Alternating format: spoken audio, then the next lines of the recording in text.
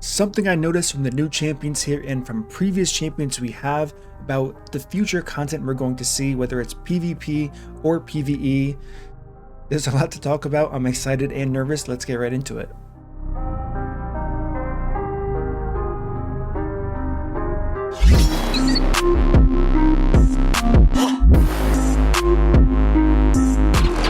What up, team? With your boy here, MurderInc, back with another Raid Shadow Legends video here today, and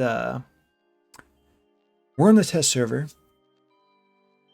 I want to talk about a few things here. We know Plarium announced officially 2022, current year at the moment, is going to be the year of player versus player as far as new content. Now, I'm sure you guys are all aware of this.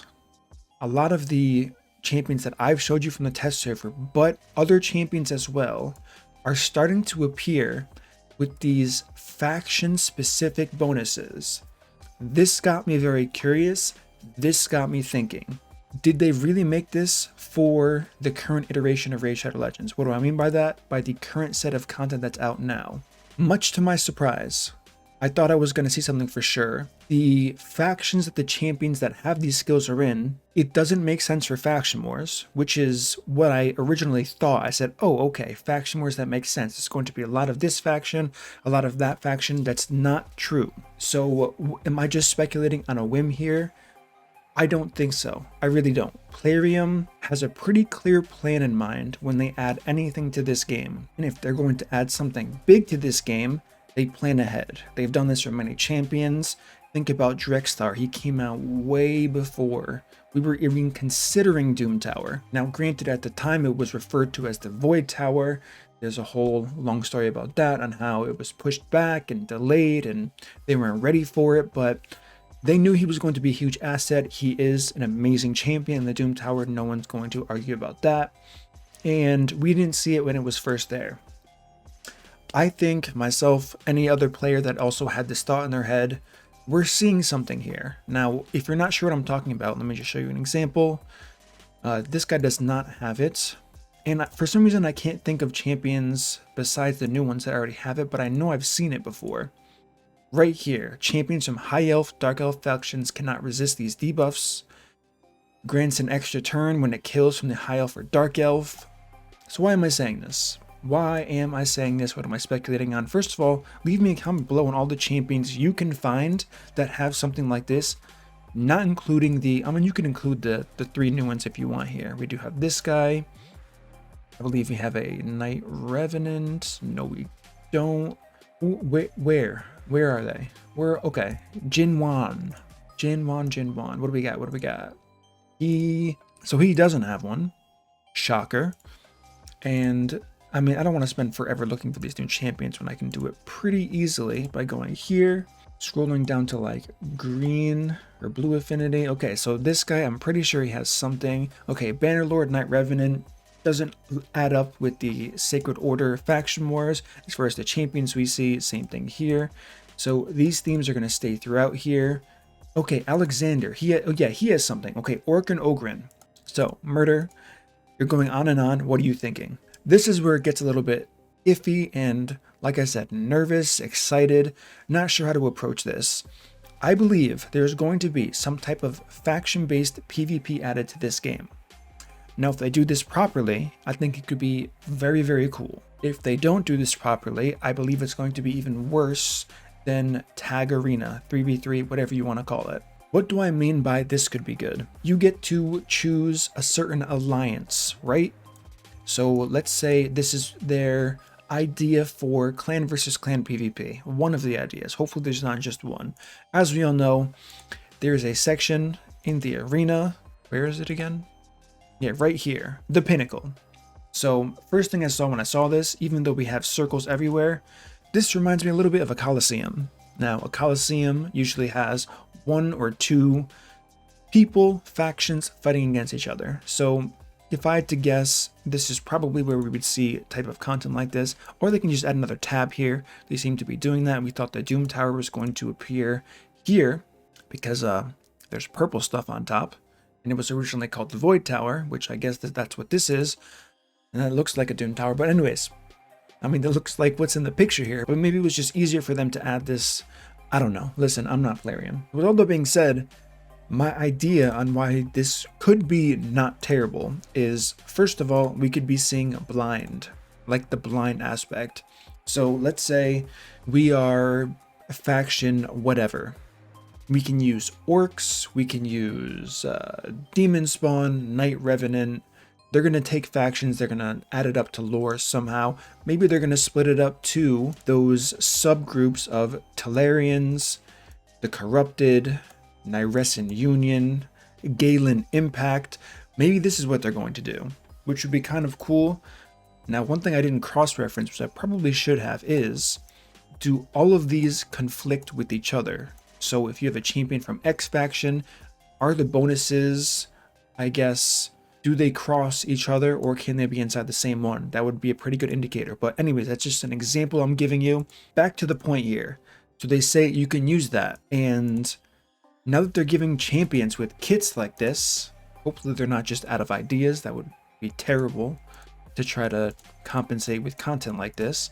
But now we have to use champions from a certain pool of factions here that make sense with whatever lore fantasy is on the mind of Plarium. And now we have these OP champions who are terrible now, but some of the bonuses, if you read them and take some time to read them like I have, you will notice that they're very strong what they can do to other factions. Whether it removes your accuracy requirement completely for the champion's kit, which I don't think I have to explain that. The fact that 3% exists in this game and it could be removed by this whole faction system is kind of crazy. So we pick champions like this and we set them up for this faction on faction, whatever. What they need to do to not make this dead content is, once you save this, it brings you to, I'm going to call it a war room, right? Save, we're onto a war room. What can you do in this war room? I'm going to tell you right now.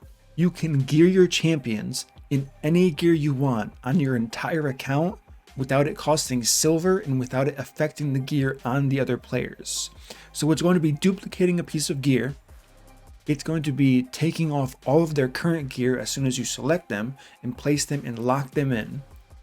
And then you get to use any gear on your account for, I'm using 3 teams here. It better not be 3 teams. 1 team is plenty of cross-faction, whatever they want to do. But now you can use your best gear, making this reasonable and realistic and, in my opinion, fun. I think this would really be a fun way. Now, of course, whales are going to have an advantage having legendaries. They should, in my opinion, remove the chance of using a dupe in a battle like this. Maybe it's going to be 6 champions together. Maybe you and someone else, like another player, you have to team up together. Each of you putting in 3 champions. You gear them how you want. They can make this so cool if what we're seeing in game has a meaning, which in theory it should, because it follows suit with how Plarium puts out content overall. And it's not just they run out of ideas. And like I said, this makes no sense.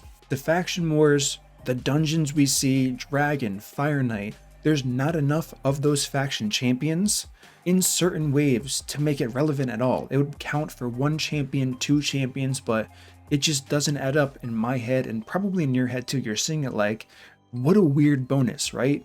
If you're trying to counter the current meta, I could see things being strong against Demon Spawn because Kymar is so strong, things being strong against Orcs because Warlords, crazy meta right now, same thing with Duchess, Sifi, but you can't build a kit around the current meta because things are going to change, hopefully, eventually and down the line when we get more gear. So with all these things being said, they have to add a feature like this because, if what I'm saying doesn't sound cool to you, you're probably playing the wrong game. So with all of that being said, I don't know, they need the war room. That's a guaranteed 100%. If you don't make something similar to this, I don't even want to say make it 50% off silver all the time. You need to make it free. Let people use the best gear they have on their account, duplicate it, put the champions in there. If you really want to incite spending, Plarium, I know you're going to watch this because you're going to get caught by the thumbnail thinking I revealed something that I shouldn't have. Don't worry. I have not. So, if they want to do this right, they fully max out the champion as soon as you put it in. What does this do? It gets players who maybe haven't spent money yet, have spent a little bit money, see what their champions like with full masteries, fully booked, all of these things that would incentivize them to upgrade them to that potential, which would be amazing feature for this game. Now, it would only work if you place them in here, of course, and nowhere else in the game, but they need a war room. I'm telling you this over and over again. Be smart about this. If you're not, it's going to be dead feature like the content in front of me here. So those are my thoughts. Those are my opinions on all of this. It's really hard to completely discredit what I'm talking about because, like I said, no matter how you look at it, these new passives make absolutely no sense in this game at all. Whether it's for PvE, PvP, countering certain metas here, Orc and Ogryn for High Elf. What else do we have here? For an Orc, we have High Elf, Dark Elf. So these are here for a reason. Plarium's not, they know what they're doing. As much as we complain about them, they've made many mistakes. They know what they have to work on, hopefully. There's nothing random. I'm going to tell you that right now. There's nothing random about what we're seeing in these faction bonuses here. There is absolutely nothing random. To think that is insane. So, like I said, drop a comment. Let me know what you guys think. I'm sure they're going to read it after I'm bringing this up. So with that being said, thank you for watching the video. I'm very curious as to your thoughts and opinion on this. Maybe you can see something that I can't see. I've looked through the Doom Tower. I've looked through all the dungeons, faction wars, the waves is what I'm talking about. Bosses are not tied to a faction, so that's irrelevant. So if you saw something that I didn't see already and you see some huge potential use for these champions, let me know. Drop it in the comment below. If not, what do you think about the war room? I think that would be pretty good for the Hydra. Wouldn't you agree here? Maybe not as far as I went for that specific mode, being fully maxing them out as far as masteries, books, and all of that good stuff. But I do think they should probably make a fitting room for the Hydra that's free silver, because if they don't, I would expect the participation to continue to drop until they do have to make some drastic change, but only their analytics can tell us that. So that's for another time, another topic. So thank you all for watching. Let me know if you enjoyed this content. Smash that like button, subscribe, turn the notification bell so you don't miss my next video. It could be a banger like this. You never know. I mean, they're all bangers, let's be honest. So as always, thank you for watching, and I will see you next time.